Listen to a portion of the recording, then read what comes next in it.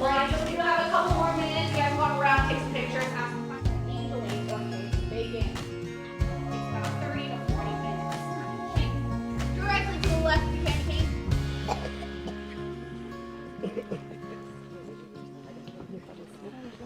No. Happening in the 1850s in California. Gold rush. Super huge moment for California, right? It's basically what makes California California. That's why we're the Golden State. Hundreds of thousands of people came over here looking for gold. Wow, está bien reducido, ¿ah? Está completamente reducido.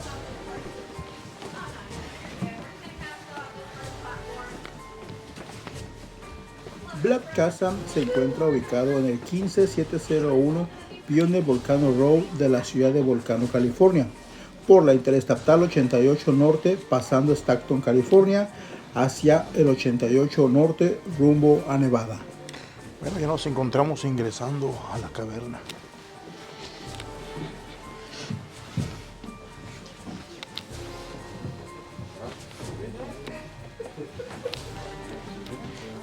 Esta majestuosa caverna fue descubierta en el año de 1850, cuando se encontraba en su mayor apogeo la fiebre del oro aquí en el estado de California. Around this room, you can really see the effects of all that clay and dirt that got blasted into here. Everything is that reddish brown color, and you can especially see that effect right back here, where behind you can see that yellowy white color that the entire thing's supposed to be. But everything on the surface layer is that clay and dirt. They grow at a rate of about 1 millimeter every 100 years. It's apparently the same rate that I'm growing, unfortunately. Now, when I say stalagmites might reach the ceiling, it's because sometimes they actually do. After a few thousand years worth of growth, and you get one of these guys right up here. That's what happens when a stalactite and a stalagmite meet somewhere in the middle. Can any of you guys guess what we might call them? About 1 millimeter every 500 years. They grow so slow and they are so uncommon, in fact, that scientists aren't actually 100% sure on how they form. They have a whole bunch of different theories on them, but their best and most accurate theory is that water is being pushed out of the cracks in the rock due to pressure, and that water becomes more of like a condensation. And then before the condensation can build up and become a drip or a flow and form literally anything else, it evaporates, leaving behind a calcite deposit. But that... You got it.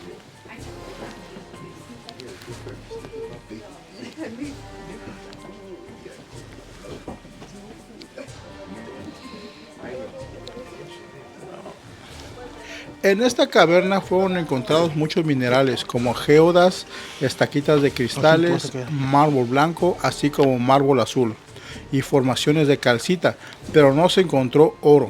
También cuenta con un río subterráneo que se mira muy hermoso.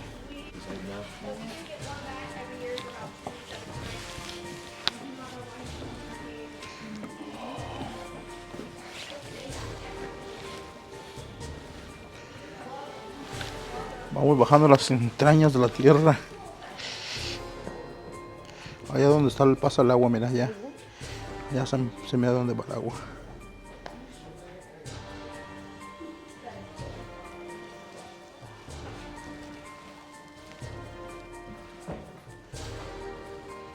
Mira, allá se mira. Allá va una veta de cuarzo.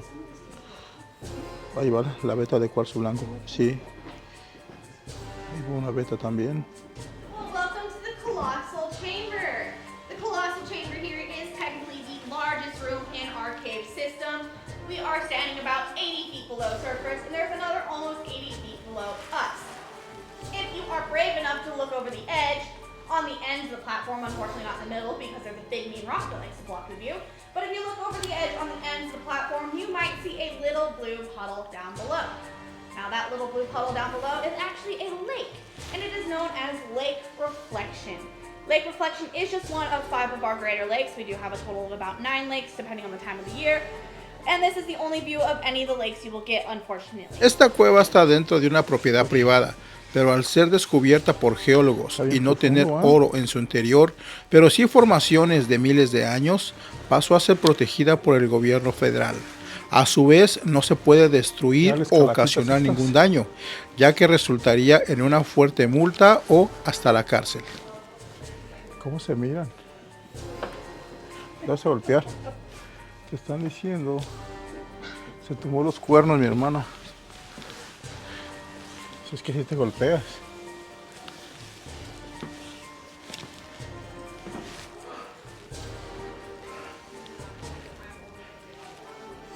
Mira. Qué hermoso la naturaleza, ¿eh? Aquí nada más lo que encontraron fue granito. Wow. ¿Y esta sala?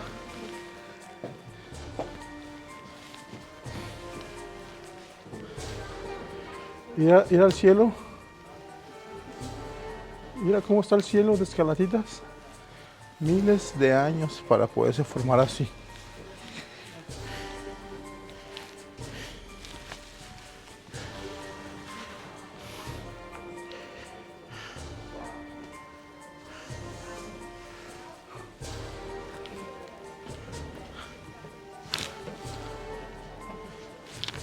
Apoya la economía local del estado de California, así mejoraremos nuestro hermoso estado. Los precios son desde $20 por adulto y $12 por menores de edad, menores de 12 años.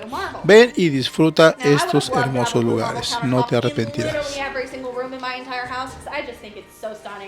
But I wouldn't want it at the expense of a cave like this.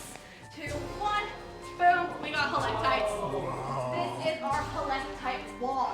Hundreds of thousands of years worth of growth on this wall alone, going all the way down below, up every nook and cranny, all the way up into the ceiling and around the entire room pretty much.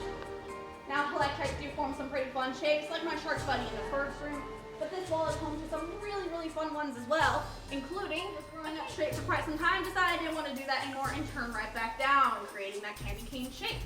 Directly to the left of the candy cane, almost Mushu the dragon is the reason why our gift shop is a bunch of dragon-themed stuff. Literally the only reason. But he is also inspiration for another chamber within this room, actually directly above my head. Up there, known as the Dragon's Lair. The Dragon's Lair up there is about a quarter size of the room that we're in right now, so it is a lot smaller. But it is absolutely coated, wall to wall, floor to ceiling in those helictites. Hundreds and hundreds of thousands of years worth of growth up in that room alone. So much so, we never actually stepped a single foot in that room because one step would be breaking thousands of years worth of growth. And obviously we do not want that. But there is a light bulb up there. Yes. And light bulbs unfortunately don't last forever, so we do have to change it occasionally. Now changing a light bulb, that's usually a pretty simple task. Not this one. Nope. Now most people would have doesn't bite, even though the teeth are really sharp. But rock now is suspended mid-air attached to this tongue-looking thing sticking out of the wall. Now this tongue-looking thing sticking out of the wall, it is known as a false floor. And a false floor is formed very similar to a flowstone. Water is flowing down, leaving behind that calcite deposit. But unlike flowstone, where it would flow down, creating that waterfall effect, it just continues to flow outwards, away from the wall, leaving behind a calcite deposit, creating an extremely fragile false floor.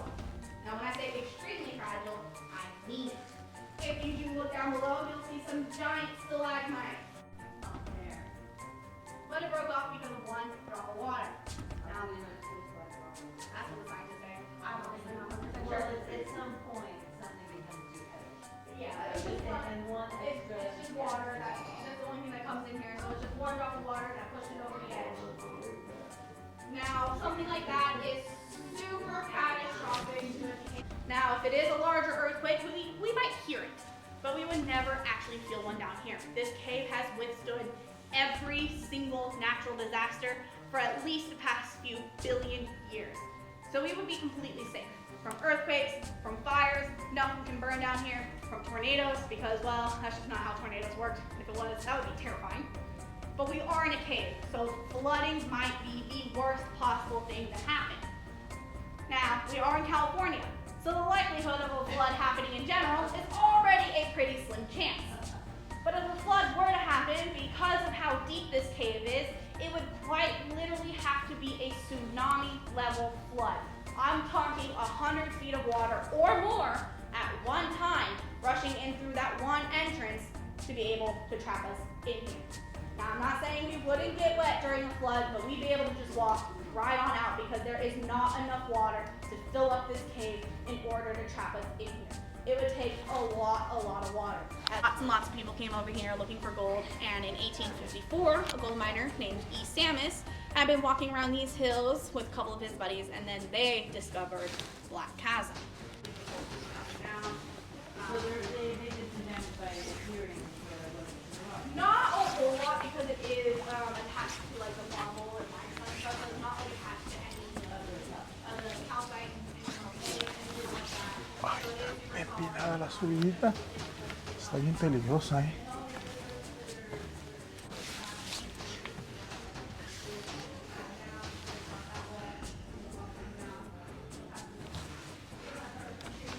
Wow. Pues sí costó trabajo subir, al igual que sí costó trabajo bajar.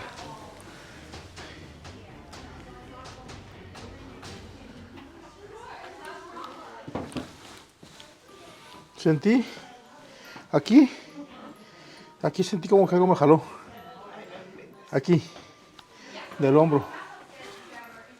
Aquí.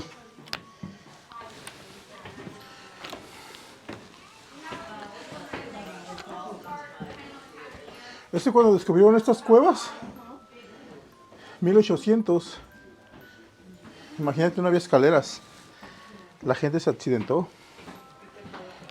No, hay gente que murió aquí.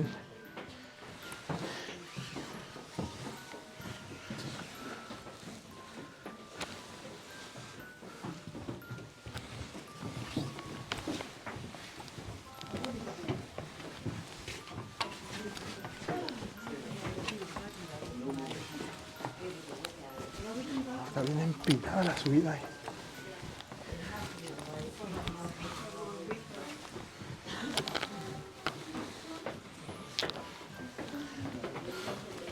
Bueno, llegamos a la recta final de este recorrido. Espero te haya gustado este video, ya que fue hecho pensando en ti.